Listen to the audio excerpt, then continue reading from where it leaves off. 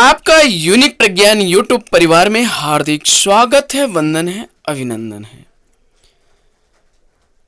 भावी अध्यापक बंधुओं, विगत प्रश्न पत्र में बच्चन सिंह द्वारा लिखित हिंदी साहित्य के दूसरे इतिहास से प्रश्नों का संकलन किया गया था और इस किताब से नोट्स बनाना और फिर आप तक पहुंचाना समय अभाव के कारण इस समय संभव नहीं हो पा रहा था।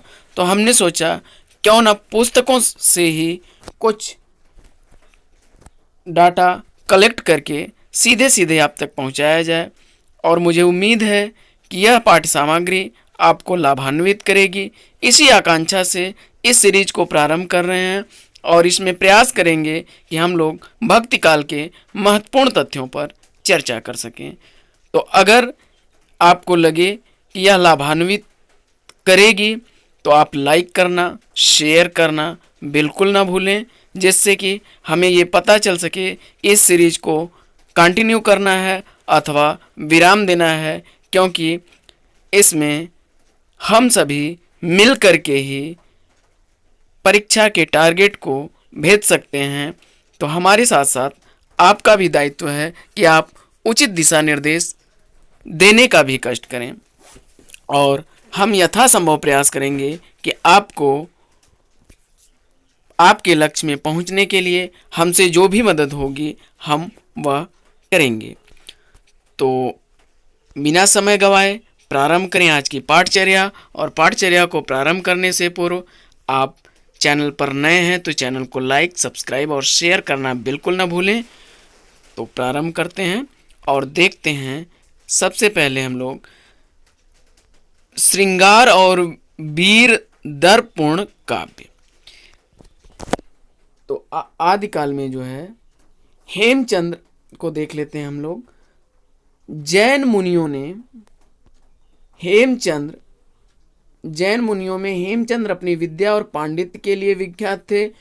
गुजरात के सोलंकी राजा सिद्धराज जयसिंह के यहाँ उनका बहुत सम्मान था और सिद्धराज के भतीजे कुमारपाल ने राजा होने पर उन्हें भी सम्मानित किया और सिद्धराज के आग्रह पर उन्होंने अपभ्रंश व्याकरण ग्रंथ सिद्ध हेम शब्दानुशासन लिखा। वे प्राकृत के पाणिनि थे और व्याकरण में के अतिरिक्त उन्होंने देसी माला, कुमारपाल चरित आदि ग्रंथों का प्रणयन किया। तो इसमें इंपॉर्टेंट चीज ये है कि सिद्ध हेम शब्दानुशासन की रचना उन्होंने सिद्धराज के आग्रह पर की थी और उन्हें प्राकृत का पाणिनि कहा जाता है और 1088 से 1097 तक का उनका समय काल है।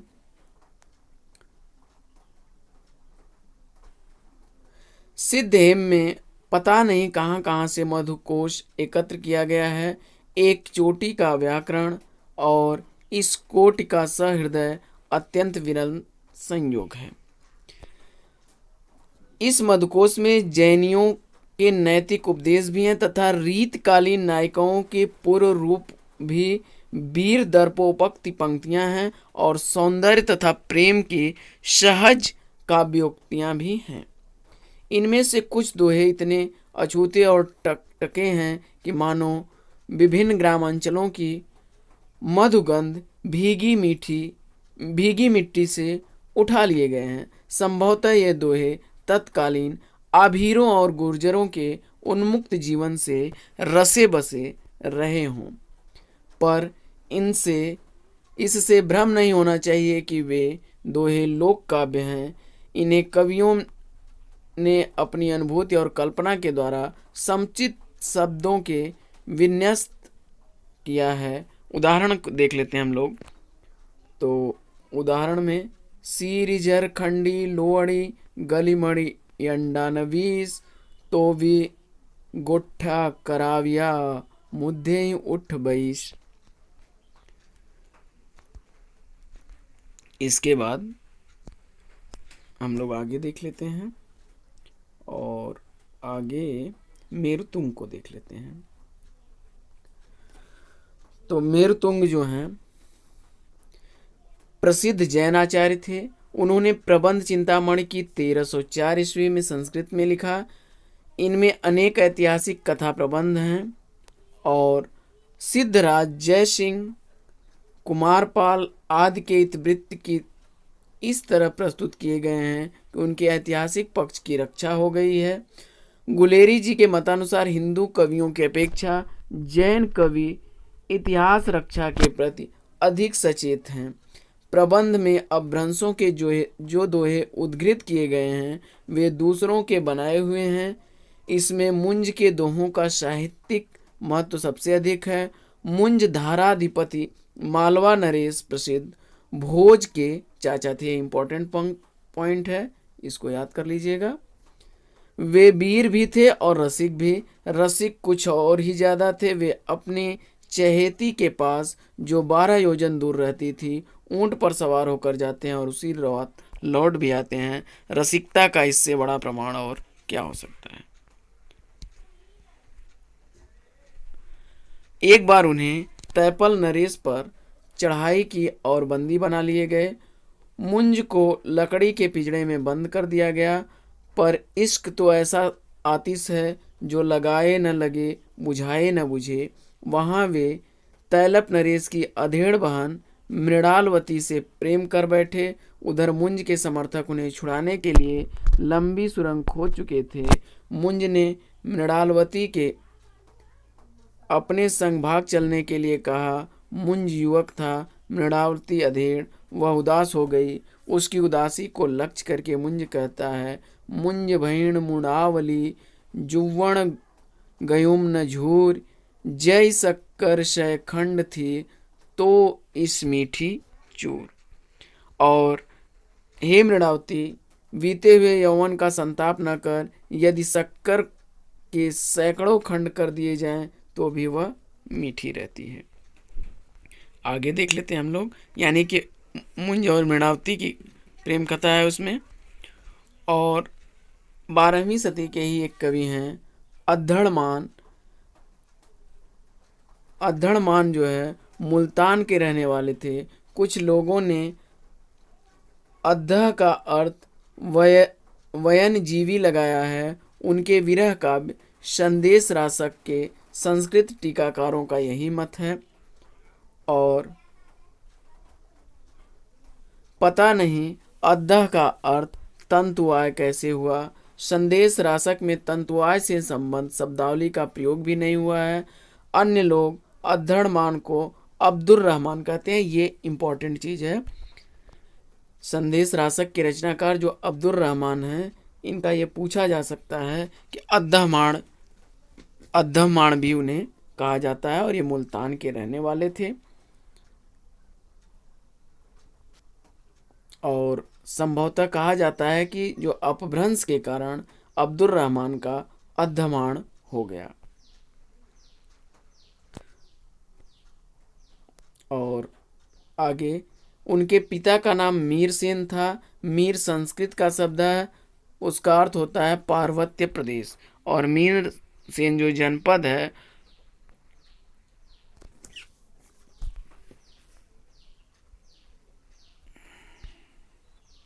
आगे देख लेते हैं हम लोग रासो काव्य में।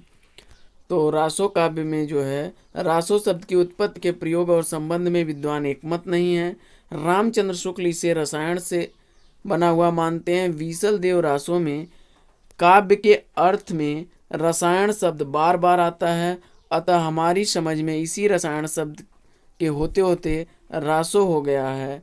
अन्य कुछ लोगों ने इसे राजयश, राजयज्ञ या रहस्य से निकला हुआ मानते हैं। आचार्य हजारी प्रसाद द्विवेदी इसे नाट्य उपरूपक रासक से प्रादुर्भूत कहते हैं।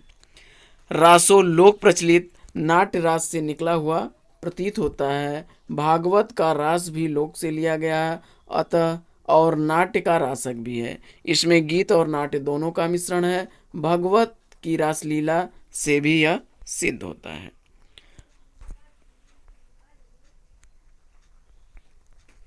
आगे देख लेते हैं हम लोग।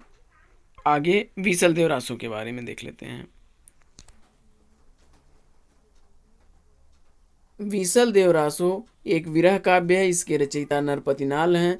पर अपने ऐतिहासिक तथ्य, रचना काल और भाषा के आधार पर यह अप्रामाणिक सिद्ध हो जाता है। रचनागत वर्तमान कालिक क्रिया के प्रयोग से नरपति नाल विसल देव के समकालीन प्रतीत होता है। संभवतः नाल विसल देव का राजकवि रहा होगा। विसल देव की विभिन्न प्रतियों में उसके जो रचना काल हैं वह कुछ इस प्रकार अंकित हैं। विक्रमी संवत 1073, 1076, 1212, 1272 और 1373, यानी 1, 2, 3, 4, 5 जो विक्रमी उनकी मिलती है। और कौन सी तिथि प्रमाणिक है, कौन सी तिथि अप्रमाणिक है, यह कहना कठिन है। शुक्ल जी का रचना काल जो है 1212 ईस्वी इसको ठहराते हैं और द्विवेदी जी भी इसी तिथि पर मुहर लगाते हैं। मोतीलाल मेनारिया इसे और भी परवर्ती ठहराते हैं और उनके अनुसार यह रचना जो है 1546 से 60 ईस्वी के आसपास है।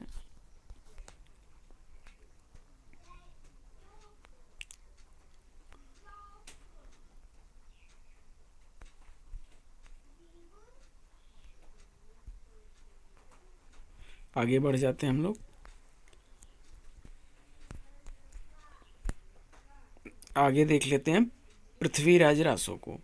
तो पृथ्वीराज रासो जो है यह चंद्रबरदाई की 1126 से 1196 विक्रमी संवत इसका समय काल है और यह भी विवादास्पद ग्रंथ है। कहा जाता है कि चंद्रबरदाई पृथ्वी के दिल्ली नरेश पृथ्वीराज चौहान का बाल सखा, परामर्शदाता और राजकवि था।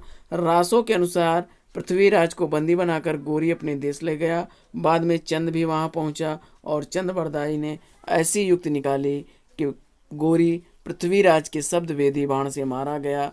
तदंतर चंद और पृथ्वीराज एक दूसरे को मारकर मर गए। रासो को पूरा किया चंद के पुत्र जल्हड़ ने।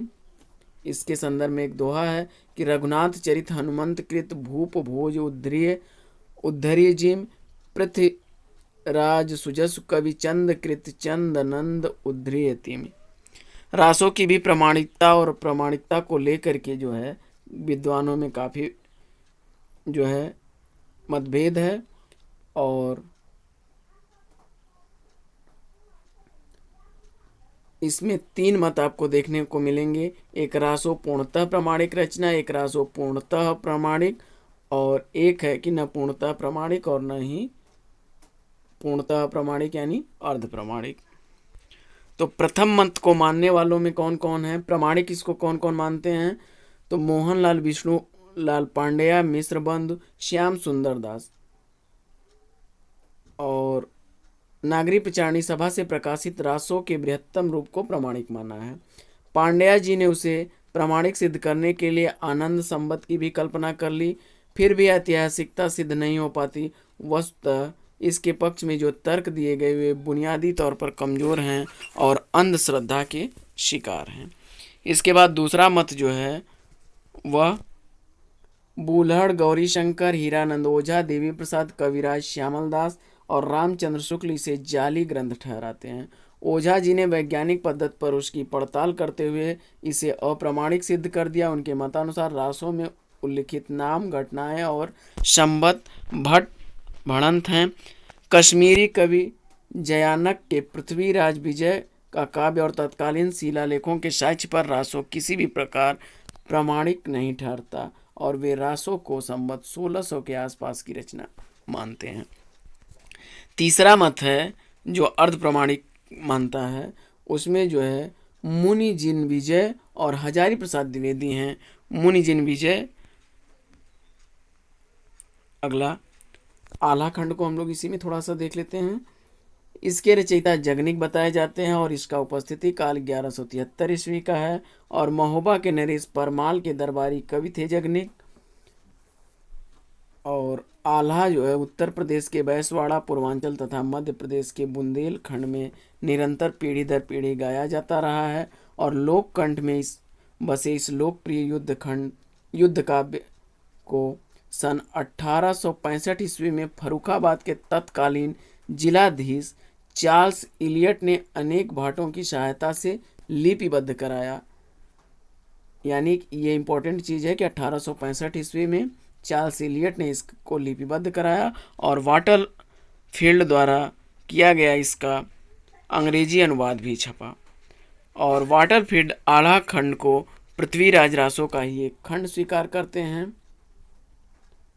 ग्रियर्सन ने भी वाटरफील्ड के मत का खंडन किया है।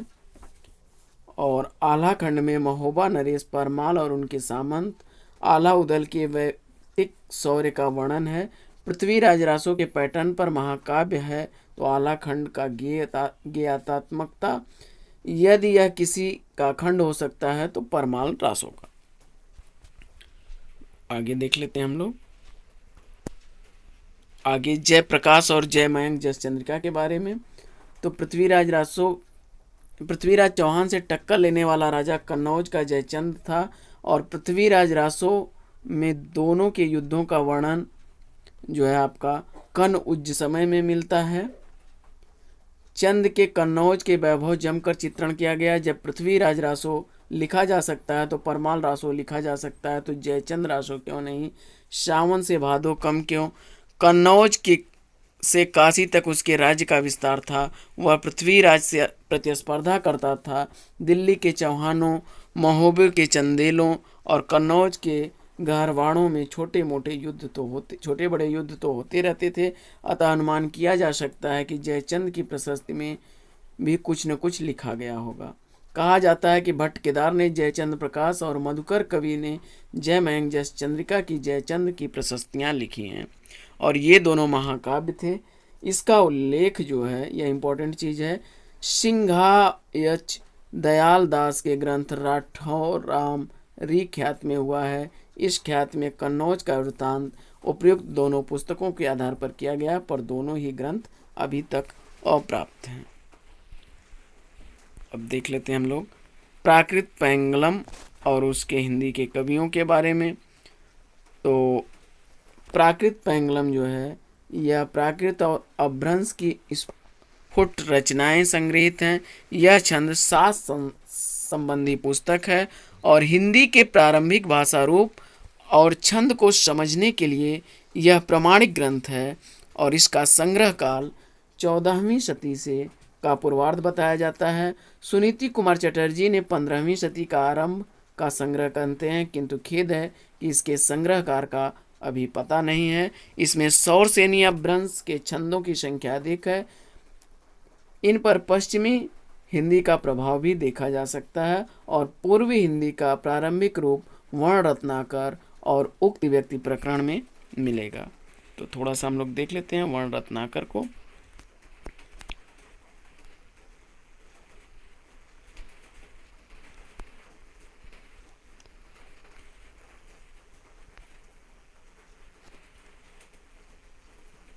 विद्यापति को देख लेते हैं।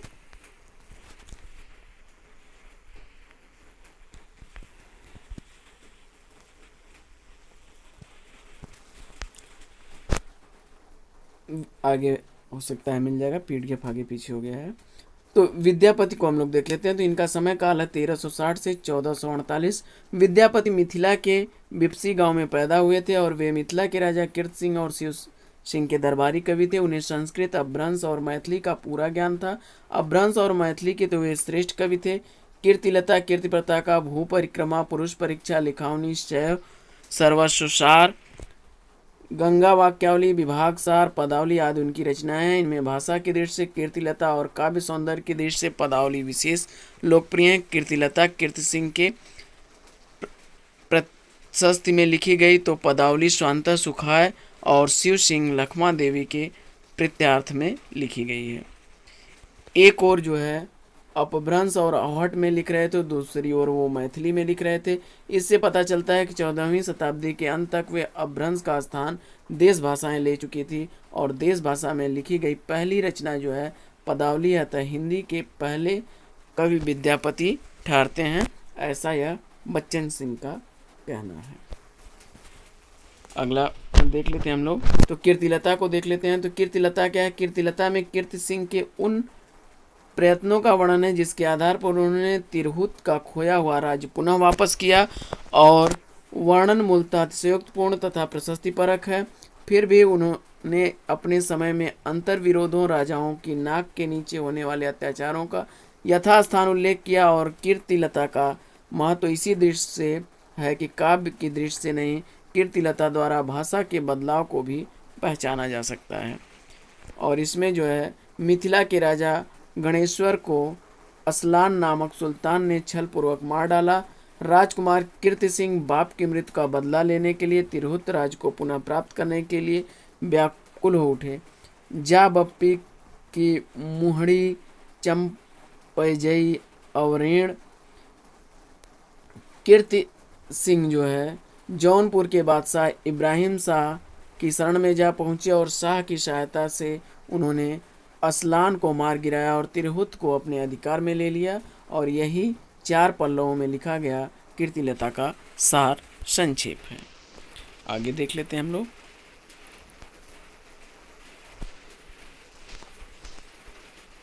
हिंदी का जाति कवि। तो हिंदी का जाति कवि जो है विद्यापति को कहा जाता है।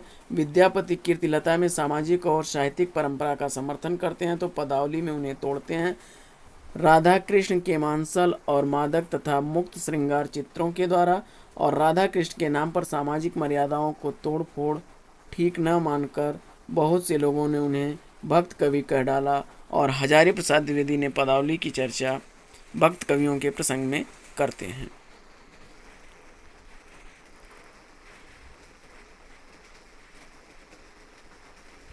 रामचंद्र शुक्ल ने इनके बारे में लिखा कि विद्यापति को कृष्ण भक्तों की परंपरा में न समझना चाहिए। जो लोग विद्यापति को आध्यात्मिक दृष्टि से देखना चाहते हैं उन्हें आड़ों हाथे लेते हुए कहा कि आध्यात्मिक रंग के चश्मे आजकल बहुत सस्ते हो गए हैं और उन्हें चढ़ाकर जैसे कुछ लोग गीत गोविंद को आध्यात्मिक संकेत बताया है वैसे ही विद्यापति के पदों को भी। और ये कहने वाले हैं आचार्य रामचंद्र शुक्ल।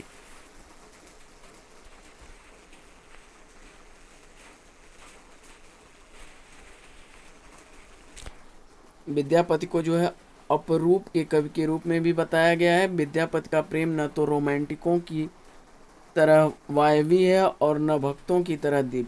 वे अपरूप के कवि हैं। उस रूप में वीर विक्षोभन की अद्भुत शक्ति है और तल्लीनता और अतृप्त की गहरी क्षमता है। यह अपरूपता राधा को ही नहीं कृष्ण में भी है। आगे देख लेते हैं हम लोग थोड़ा सा खुसरो को।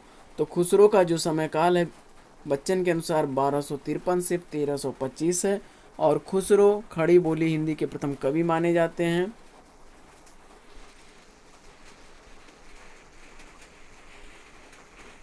और खुसरो का जो जन्म है वह 1253 ईस्वी में जो है पटियाली के कस्बे में एटा जिले में हुआ था।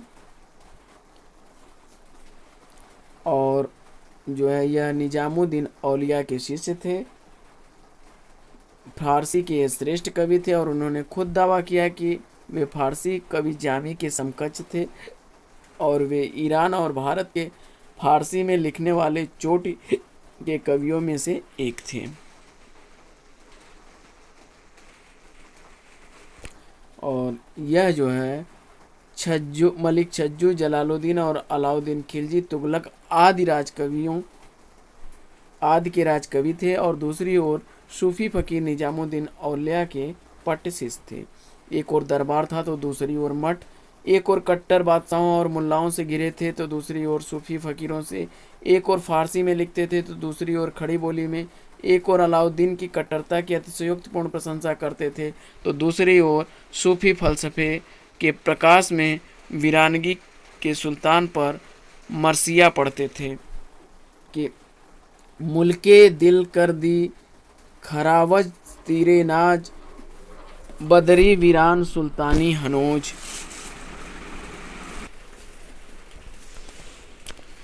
अर्थात तूने हृदय के देश को अपनी नाज के तलवार से उजाड़ डाला, अब इस वीराने में सुल्तान बनकर बैठा है। आगे देख लेते हैं हम लोग। इनका बड़ा ही प्रसिद्ध है कि गोरी सोवे सेज पर मुख पर डारे केस, चल कर खुसरो आपनो रैन भई चौदेश। खुसरो रैन सुहाग की जगी पी के संग, तन मेरा मन पीयू का दो भय एक रंग। और एक है कि सजन सकारे जाएंगे नैन मरेंगे रोए, विधना ऐसी रैन कर भोर कभी ना हो।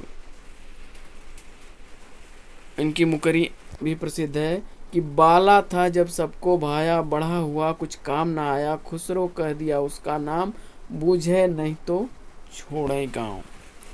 इसके बाद मौलाना दाऊद या मुल्ला दाऊद इनको कहा जाता है। इनकी प्रसिद्ध कृति चंदायन है और यह इसकी रचना 1379 की है। यह लोरिक चंदा की लोक प्रचलित प्रेम कहानी पर आधारित है और हिंदी भाषा भाषी जनता में प्रेम गाथा का लोक गायन लोरकी, चनैनी और लोरकायन आदि के नाम से आज भी इसका गायन होता है। यह लोक गीत नहीं लेकिन लोक गाथा है।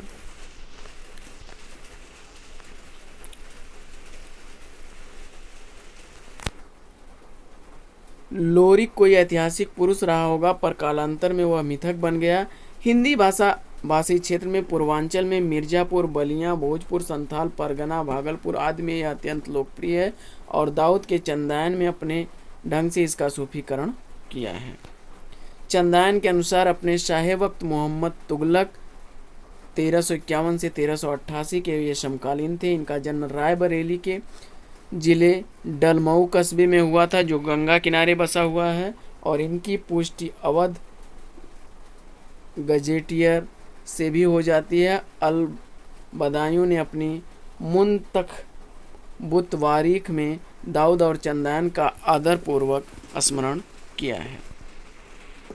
आगे बढ़ते हैं हम लोग और आगे थोड़ा सा गद्य साहित्य को देख लेते हैं। तो गद्य साहित्य में जो है आधुनिक इस काल में आधुनिक आर्य भाषाओं के नमूने के रूप में 3 पुस्तकें उपलब्ध हैं, राउरवेल, उक्त व्यक्ति प्रकरण और वर्ण रत्नाकर।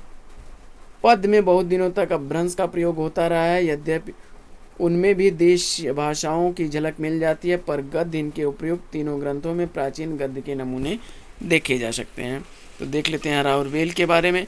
तो राउरवेल जो है यह काव्य परंपरा की प्राचीनतम कृति है। इसमें पद के साथ साथ गद्य भी मिलता है। कोई चाहे तो इसे चंपू काव्य भी कह सकता है और यह काव्यधार धारावती के उपलब्ध शिलाखंड पर अंकित है जो इस समय बम्बई के प्रिंस वेल्स के म्यूजियम में सुरक्षित है। इसे सबसे पहले भयाणी ने भारतीय विद्या में प्रकाशित कराया था। यह इम्पोर्टेंट चीज़ है कि राउरवेल को जो है प्रकाशित सबसे पहले कहाँ कराया गया और बाद में माता प्रसाद गुप्त ने इसका एक सुसंपादित संस्करण भी निकाला। बेल के तरह तरह के अर्थ लगाए जाते हैं। कोई इसे बेलिया छंद से जोड़ता है तो कोई इसका अर्थ विलास से। यह संस्कृत की वल्ली या वेली से बना है जिसका अर्थ होता है काव्य की लता जो कीर्ति या श्रृंगार के सहारे ऊपर उठती है और फैलती है, पर है यह विलास ही। राउर के अर्थ में भी मतभेद है। राहुल का अर्थ संभवतः राजा होता है। राउरवेल का अर्थ हुआ राजविलास। इसके लेखक रोऊ या रोड़ा कवि हैं। रोऊ धार का राजा रोऊ या रोड़ा जो हैं यह धार के राजाश्रित कवि थे और उसने राजा की रानी के लिए बेल काव्य की रचना की होगी। हासे से तोसे राजई राणे, इसमें हूण की प्रशंसा अवश्य है पर वह रानी नहीं है, सामान्यतः नारी मालूम पड़ती है। इसमें देश के 6 विभिन्न अंचलों की स्त्रियों का श्रृंगार वर्णन है जो देव जाति के जाति विलास की है और सामंती विलास की विकृति का अच्छा नमूना है। कलचूरी नरेश कर्ण की एक रानी हूणी थी और इसके आधार पर राउरवेल को उससे संबद्ध नहीं किया जा सकता। यह शिलांकन भोज परमार के संरक्षण से किया गया प्रतीत होता है। इसकी भाषा जो है वह अपभ्रंश है और इसका समय काल जो है 10वीं से 11वीं सदी है और इस पे पंजाबी एवं राजस्थानी का भी प्रभाव दिखाई देता है। और इस समय 2 प्रकार के अपभ्रंश का प्रचलन था, परिनिष्ठित अपभ्रंश और प्राकृताभास अपभ्रंश। लोक भाषा मिश्रित अपभ्रंश है। इसके गद्य में लोक भाषा का मिश्रण है। इसके बाद देख लेते हैं हम लोग उक्त व्यक्ति प्रकरण को। तो काशी कौशल नरेश महाराज गोविंद चंद्र के सभा पंडित दामोदर भट्ट ने राजकुमारों के शिक्षार्थ इस ग्रंथ का प्रणयन 12वीं शताब्दी में किया और इस पुस्तक का नाम उक्त व्यक्ति रखा गया। और ग्रंथ की कारिकाओं से यही ज्ञात होता है कि 5 प्रकरणों में बटे होने के कारण उक्त व्यक्ति प्रकरण हो गया। वस्तुतः राजकुमारों को स्थानीय भाषा का ज्ञान कराने के लिए इसे लिखा गया था। उक्त शब्द की व्याख्या करते हुए मुनि जिन विजय लिखते हैं कि उक्त शब्द का अर्थ है लोकोक्त या लोक व्यवहार में प्रयुक्त भाषा पद्धति, जिसे हम हिंदी में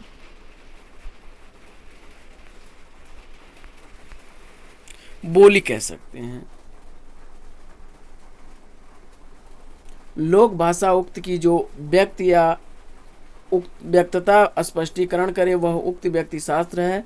ग्रंथकर्ता ने इसकी भाषा को अपभ्रंश कहा है, किंतु वेद पढ़व सहित अभ्यास ही पुराण देखब धर्म करब आदि उदाहरणों को अपभ्रंश नहीं कहा जा सकता। संभवतः उस समय बोलियों को भी अपभ्रंश कहने की चाल थी। सुनीति कुमार चटर्जी इसकी भाषा को प्राचीन कोसली या अवधि कहते हैं, पर इसे काशिका की भी छाप है।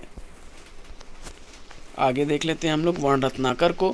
तो वर्ण रत्नाकर जो है यह मैथिली का आद्य गद्य ग्रंथ है और इसके लेखक ज्योतिश्वर ठाकुर हैं। सुनीति कुमार चटर्जी इसका रचना काल 14वीं शताब्दी का पूर्वार्ध स्वीकार करते हैं। इसमें कुल 8 कल्लोल हैं, यह याद करने वाली चीज़ है।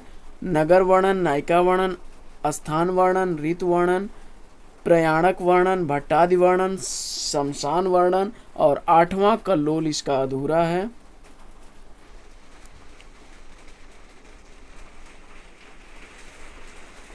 इसके बाद आगे हम लोग देख लेते हैं पुष्पदंत को। तो पुष्पदंत का जो समय है वह 10वीं सदी है और राम काव्य के यह दूसरे कवि हैं। वे बरार के आसपास के रहने वाले थे। बाद में राष्ट्रकूटों की राजधानी मानखेड़ चले गए और स्वयंभू में सांप्रदायिक आग्रह नहीं था, इसलिए राम कथा परंपरा को उन्होंने सुरक्षित रखा। किंतु पुष्पदंत का स्वभाव भी अक्खड़ था और उन्होंने सांप्रदायिकता और अतिरिक्त आग्रह भी था। वे अपने को अभिमान मेरु कहते थे। उन्होंने कहा कि वाल्मीकि और व्यास ने लोगों को गुमराह किया है, इसी तरह अन्य कुपमंडुकों ने कम भ्रम नहीं फैलाया है। उनके भ्रमोच्छेद के लिए गौतम राम की कथा कहते हैं और पुष्पदंत राम कथा में व्याप्त अति प्राकृत तत्वों के प्रति संशयग्रस्त होकर पूछते हैं, रावण के 10 मुख कैसे थे? क्या रावण राक्षस था और सुग्रीव आदि वानर थे? पुष्पदंत और महापुराण इन तत्वों से बच गया और पर उन्होंने राम कथा में अप्रत्याशित हेरफेर कर दिया है और इनसे उनकी राम कथा वाल्मीकि व्यास की राम कथा से भिन्न हो जाती है। प्रश्न यह होता है कि इस तरह की पारंपरिक कथा को तोड़ने मरोड़ने के मूल में कौन सी प्रवृत्ति काम कर रही थी। आगे हम लोग देख लेते हैं। तो पुराण काव्यों में जो है जैन पुराण परंपरा में बीमल देव सूर्य का पौमचरित मिलती है और रामचंद्र की कथा ली गई है। बीमल देव की रचना प्राकृत में है। अपभ्रंश में स्वयंभू का पौमचरित और हरिवंश पुराण, पुष्पदंत का महापुराण, यश कीर्ति पांडव पुराण और ईधु का पद्म पुराण और हरिवंश पुराण का उल्लेख है। इन पुराणों में राम कथा का काव्य और कृष्ण काव्य भी है। इसमें स्वयंभू का पौमचरित महत्वपूर्ण है। इसकी विषय वस्तु राम कथा है और यह काव्य स्वयंभू पूरा नहीं कर सके और उसे जो है उनके पुत्र त्रिभुवन स्वयंभू ने इसे पूरा किया है। इनकी अन्य पुस्तकों का भी पता चलता है स्वयंभू की, ऋटनेमि चर्यु, पंचमी चर्यु और स्वयंभू छंद। आगे देख लेते हैं हम लोग। आगे हम लोग पढ़ लेते हैं नाथ पंथ में। तो नाथ पंथ के प्रवर्तक गोरखनाथ हैं, पर गोरखनाथ का कुछ भी ऐतिहासिक वृत्त नहीं मिलता। न उनकी जन्मतिथि का पता है, न मृत्यु का पता है, जन्मस्थान का भी कोई अता पता नहीं है। इनके नाम पर लिखे गए संस्कृत ग्रंथों की प्रामाणिकता भी संदिग्ध है। हिंदी में लिखी हुई उनकी वाणी तो अपनी भाषा के कारण और भी अप्रामाणिक सिद्ध होती है। ऐतिहासिक प्रमाण न मिलने पर लोक द्वारा प्रमाणित है कि वे एक महान ऐतिहासिक महापुरुष थे। हजारी प्रसाद द्विवेदी ने कहा कि शंकराचार्य के बाद इतना प्रभावशाली और इतना महिमा मंडित भारतवर्ष में कोई दूसरा नहीं हुआ। भारतवर्ष के कोने कोने में उनके अनुयायी आज भी पाए जाते हैं। भक्ति आंदोलन के पूर्व सबसे शक्तिशाली धार्मिक आंदोलन गोरखनाथ का भक्ति मार्ग ही था और गोरखनाथ अपने युग के सबसे बड़े नेता थे। और यह कथन जो है हजारी प्रसाद द्विवेदी का है। आगे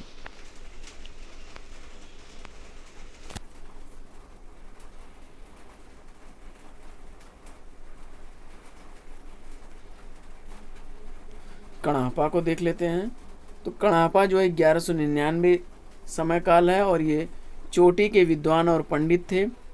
इनके जन्म स्थान के बारे में निश्चित रूप से कुछ नहीं कहा जा सकता है। कुछ लोग इनको कर्नाटक का निवासी बताते हैं और उनके नाम से कुछ ऐसा ही प्रतीत होता है। उन्होंने असम, उड़ीसा, तिब्बत, लंका आदि की यात्राएं की। तिब्बत में उनका बहुत मान था। राहुल जी के मतानुसार वे पंडित और कवित्व के बेजोड़ थे। सभी साधनाओं को पार कर वे अनुत्तर ज्ञानी बन चुके थे और पंडित होते हुए भी पंडिताई के बोझ में दबे नहीं। पंडिताई के बोझ को उतार कर उन्होंने एक किनारे रख दिया। वे नाना पुराण निगमागम के आच्छादन के विरुद्ध थे। इस जंजाल से मुक्त होकर ही व्यक्ति जीवन के भीतर प्रवेश करता है। इसके बाद हम लोग सरापा को देख लेते हैं। सरापा का समय काल इन्होंने 8वीं सदी माना है और राहुल जी के मतानुसार वे बौद्ध सिद्ध कवि थे और उन्होंने चर्या गीतों और दोहा कोश की रचना की। और इनको जो है सरोरुहुपाद, सरोज ब्रज और राहुल ब्रज भी कहा जाता है। कुछ लोग इन्हें ब्राह्मण कहते हैं, कुछ लोग क्षत्रिय कहते हैं, अन्य लोग इन्हें सबर यानी बहेलिया सिद्ध करने का प्रयास किया है। वे नालंदा में छात्र भी थे और अध्यापक भी थे।